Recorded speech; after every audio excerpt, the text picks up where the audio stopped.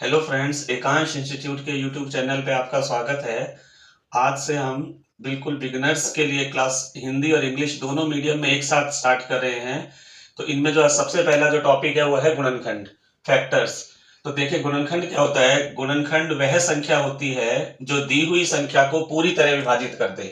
Factors वो number जो given number को पूरी तरह विभाजित कर दे। जैसे 12 है, 12 के आप गुणनखंड देखोगे तो 1, 2, 3, 4, 6 और 12। 12 देखो एक से भी विभाजित हो जाता है, 2 से भी, 3 से भी, 4 से भी, 6 से भी और 12 से। एग्जाम्पल के लिए फिर देखो, जैसे 16 है, 16 के गुणनखंड है 1, 2, 4, 8 और 16। तो यहां देखें, किसी भी संख्या का जो सबसे छोटा गुणनखंड होता है वो 1 होता है। 1 जो है, एक जो है वो हर संख्या का फैक्टर होगा। और सबसे बड़ा गुणनखंड होता है वो संख्या खुद। कोई भी नंबर है, जैसे 20 है, 20 का सबसे छोटा गुणनखंड होगा, सबसे छोटा फैक्टर है 1। अब 20 के गुणनखंड है 1, 2, 4, 5, 10 और 20। तो 20 का जो सबसे छोटा गुणनखंड है वो 1 और सबसे बड़ा फैक्टर है वो 20 है। तो किसी भी संख्या के गुणनखंड देखो निकालते कैसे, जैसे 12 है, 12 के गुणनखंड निकालते हैं। 12 को लिख सकते हो आप 1 गुणा 12। 1 से 12 विभाजित हो जाता है। 2 गुणा 6 भी 12 होता है, 2 इंटू 6 12। 3 गुणा 4 ये भी 12 होता है। तो बाद में फिर ये 4 गुना 3 हो जाएगा तो ये वापस हो जाएगा। तो 12 के गुणनखंड है 1, 2, 3, 4, 6 और 12। तो किसी भी संख्या के गुणनखंड इस तरह से निकालते हैं। 2 है, 2 के गुणनखंड आप देखोगे 1 और 2। 3 के फैक्टर्स देखोगे, 3 के गुणनखंड है 1 और 3। तो कोई भी संख्या हो, एक को छोड़कर कोई भी संख्या, उसके कम से कम 2 गुणनखंड तो होते ही होते हैं। अब जैसे आपसे 2 के गुणनखंड पूछा जाए, 2 के गुणनखंड होते हैं 1 और 2। 4 के गुणनखंड देखेंगे 1, 2 और 4। तो कोई भी संख्या जिसके केवल 2 ही गुणनखंड हो उसको अभाज्य संख्या कहते हैं। तो अभाज्य संख्या वो संख्या होती है जिसके केवल 2 ही गुणनखंड हो। सबसे छोटी अभाज्य संख्या है 2। जैसे 3 है, 3 के गुणनखंड देखो 1 और 3, ये भी अभाज्य संख्या है। 4 के गुणनखंड है 1, 2 और 4, ये अभाज्य संख्या नहीं है, इसको बोलते हैं भाज्य संख्या। 1 और 2 तो है अभाज्य संख्या, इंग्लिश में इसको बोलते हैं प्राइम नंबर। और ये वाली संख्या है भाज्य संख्या, को बोलते हैं कंपोजिट नंबर। अब सबसे छोटी अभाज्य संख्या 2 है, और 2 ही एक ऐसी अभाज्य संख्या है जो सम संख्या है। नहीं तो आप देखो जितनी भी अभाज्य संख्या होंगी सब विषम होंगी। 5 के गुणनखंड देखें, 5 के गुणनखंड होते हैं 1 और 5, तो ये भी अभाज्य संख्या, ये भी अभाज्य संख्या है 5, वो 3 और 5 भी अभाज्य संख्या है। 6 के देखते हैं, 6 के गुणनखंड होते हैं 1, 2, 3 और 6, इसके 2 से ज्यादा गुणनखंड है तो ये भाज्य संख्या है, ये कंपोजिट नंबर है।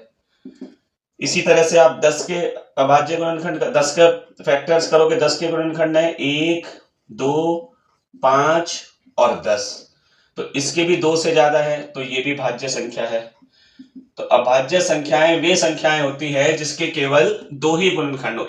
और ये क्वेश्चन कई कंपटीशन में पूछा जाता है कि सम संख्या जो अभाज्य संख्या हो वो कौन सी है, तो इसका आंसर आएगा 2। ये तो जितनी भी अभाज्य संख्या होंगी वो सब विषम संख्या होंगी। अब आपको भाजकता के नियम बताते हैं, रूल्स ऑफ डिविजिबिलिटी।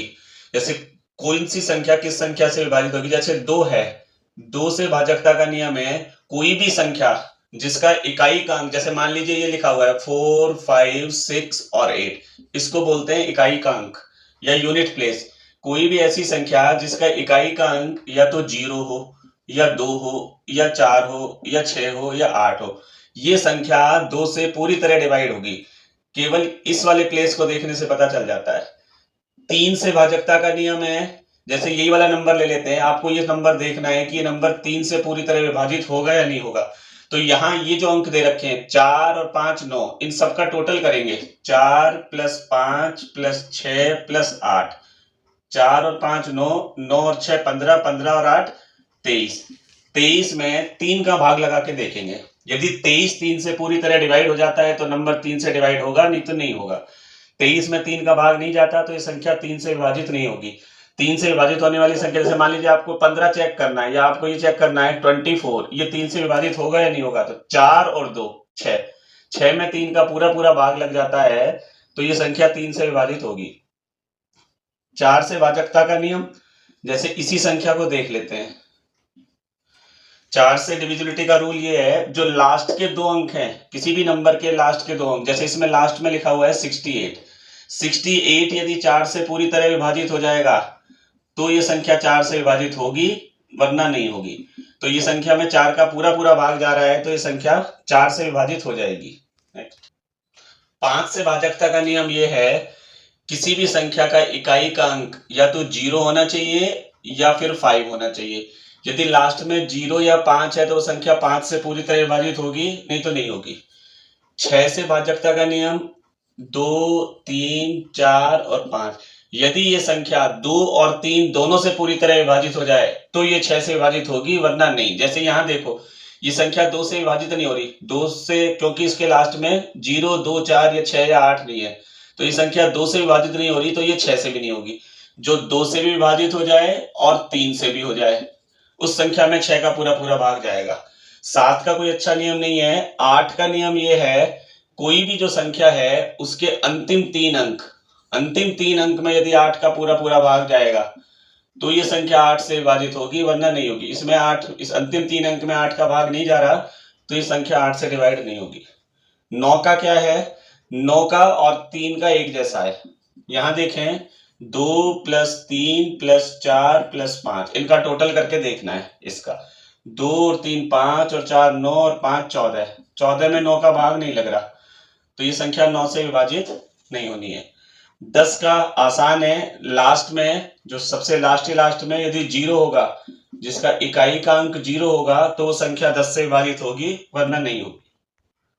11 से भाजकता का नियम ये है, अल्टरनेट, एक छोड़कर एक इन अंकों का टोटल करते हैं। 2 और 3 5 और 6 11, इसका टोटल आ रहा है 4 और 5 9, 11 में से 9 माइनस किया, इसका डिफरेंस है 2, तो ये जो अंतर आ रहा है या तो 0 आना चाहिए या फिर 11 से ये विभाजित होना चाहिए, तो ये संख्या 11 से विभाजित होगी, वरना नहीं होगी। फिर से देखो एक एग्जांपल, जैसे ये नंबर है 3 5 8 9 6 4, अब ये संख्या देखना है 11 से डिवाइड होगी कि नहीं, तो यहाँ टोटल कर रहे हैं 3 और 8 11, 11 और 6 15, इसका टोटल किया 5 और 9 14, 14 और 4 18, 18 और 15 का जो अंतर है वो 3 का अंतर आ रहा है। 18, बड़ी संख्या में से छोटा नंबर माइनस कर, ये भी संख्या 11 से विभाजित नहीं होगी। 12 से भाजकता का नियम ये है, जैसे कोई सा भी नंबर है, आपको ये नंबर देखना है, इसमें 12 का भाग लगेगा कि नहीं लगेगा। यदि ये संख्या 3 से और 4 से दोनों से पूरी तरह विभाजित हो जाए तो ये संख्या 12 से जरूर होगी। 4 से भाजकता का नियम था, लास्ट के 2 अंकों में यदि 4 का पूरा पूरा भाग लगे, इसमें 4 का पूरा पूरा लग रहा है। 3 का देखें तो इनका अंकों का योग, 3 और 5 8 और 8 16, 16 और 9 25 और 6 31, 3 का नहीं लग रहा और 4 का लग रहा है, तो संख्या 12 से विभाजित नहीं होगी। अभी ये तो आपने इससे पहले देखा था गुणनखंड, जैसे 12 के गुणनखंड देखे थे। 12 संख्या से 1 से 2 से 3 से 4 से 6 से और 12 से विभाजित हो जाता है। अब एक होता है अभाज्य गुणनखंड, प्राइम फैक्टराइजेशन। अभाज्य गुणनखंड, अभाज्य गुणनखंड देखो क्या होता है, जैसे 12 के अभाज्य गुणनखंड करने हैं, तो अभाज्य गुणनखंड करने का तरीका है ये 12 को अभाज्य संख्याओं से विभाजित करना है। 12 में 2 का भाग लगाया तो 6, फिर अब 6 में 2 का लग रहा है तो 2 को 6 से डिवाइड किया तो 3, और 3 एकम 3, तो 12 के जो अभाज्य गुणनखंड है वो है 2 गुणा 2 गुणा 3।